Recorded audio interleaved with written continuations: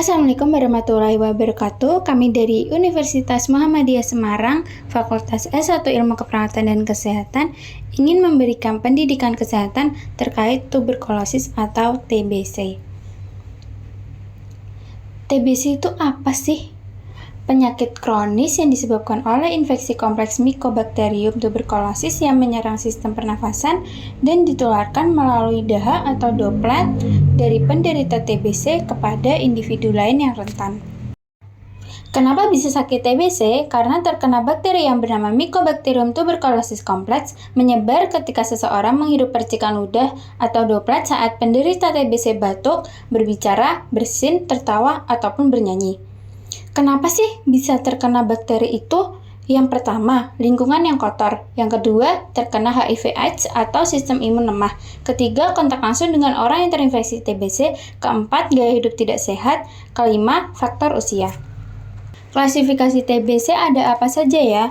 Lokasinya, yang pertama TB paru yang terjadi pada parenkim atau jaringan paru. Yang kedua TB ekstra paru yang terjadi pada organ selain paru, misalnya pleura, kelenjar limfe, abdomen, saluran kencing. Riwayat pengobatan. Yang pertama, pasien baru TBC adalah pasien yang belum pernah mendapatkan pengobatan TB sebelumnya. Yang kedua, pasien yang pernah diobati TBC adalah pasien yang sebelumnya pernah menelan obat selama 1 bulan atau lebih. Uji kepekaan yang pertama monoresisten atau TB-MR, yang kedua poliresisten atau TB-PR, yang ketiga multi-drug resistant atau TB-MDR, yang keempat extensive drug resistant atau TB-XDR, yang kelima resisten rifampicin atau TB-RR. Tanda gejala apa saja sih yang muncul saat terkena bakteri TBC? Yang pertama, batuk 3 kali setedah atau darah, demam yang tidak jelas penyebabnya sering kali terjadi malam hari, keringat malam, keringat terjadinya berlebihan pada malam hari, penurunan berat badan yang tidak dapat dijelaskan. Sesak nafas, pada kasus yang lebih parah bisa disertai dengan kesulitan bernafas, nyeri dada, nyeri atau ketidaknyamanan di area dada terutama saat batuk atau bernafas. Apakah ada komplikasinya? Yang pertama, kerusakan pada otak, dan yang kedua, gangguan fungsi penglihatan, yang ketiga, kerusakan pada tulang dan sendi, keempat, kerusakan fungsi hati, kelima, kerusakan pada ginjal, keenam, kerusakan pada jantung. Bagaimana cara pencegah TBC? Yang pertama, edukasi, menganjurkan kepada pasien agar menutup mulut dengan sapu tangan bila batuk atau bersin dan tidak meludah di lantai atau di tempat pemberian. Kedua, sosial ekonomi, peningkatan sosial ekonomi, misalnya perbaikan perumahan dan lingkungan, peningkatan status gizi dan peningkatan pelayanan kesehatan. Yang ketiga, pengobatan, memberikan pengobatan pencegahan pada balita atau dewasa tanpa gejala TB, tapi kontak atau serumah dengan pasien TB positif. Yang keempat, vaksin BCG, Bacillus calmette-guerin yang digunakan untuk mencegah infeksi tuberkulosis atau bisa disebut TBC, terutama TBC pada anak-anak. Gimana pengobatan TBC?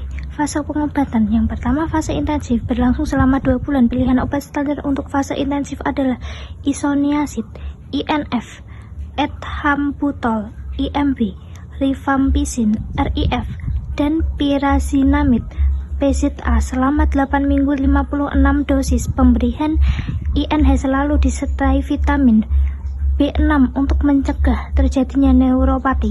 Yang kedua, ada fase selanjutan berlangsung setidaknya 4 bulan. INH dan RIF diberikan selama 18 minggu, 126 dosis. Obat-obatan diberikan setiap hari, 7 hari dalam seminggu. Terapi obat harus diberikan melalui apa yang disebut sebagai directional observed therapy atau bisa disebut DOT, di mana pasien diawasi secara langsung saat mengkonsumsi obat. Perawatan pasien TBC melibatkan kerjasama yang erat antara pasien, keluarga, dan tenaga medis. Yang pertama yaitu pemantauan kepatuhan minum obat, yang kedua monitoring tanda-tanda vital pasien, yang ketiga mengelola nyeri dan ketidaknyamanan, dan yang keempat mencegah penularan pada orang lain. Yang kelima dukungan emosional, dan yang terakhir pemantauan efek samping obat. Yang terakhir ada nama-nama anggota kelompok kami yang ikut serta dalam pembuatan video edukasi. Yang pertama ada Nita Nuraini dengan NIM G2A023004. Yang kedua ada Zara Nursita dengan NIM G2A023005. Yang ketiga ada Adinda Nugraheni dengan NIM G2A023006. Selanjutnya ada Yayu Retno dengan NIM G2A023008. Selanjutnya ada Elda Tania dengan NIM G2A023009. Selanjutnya Fiska Fitri dengan NIM G2A023010. Yang terakhir ada Isna Vanessa Akmal dengan NIM G2A0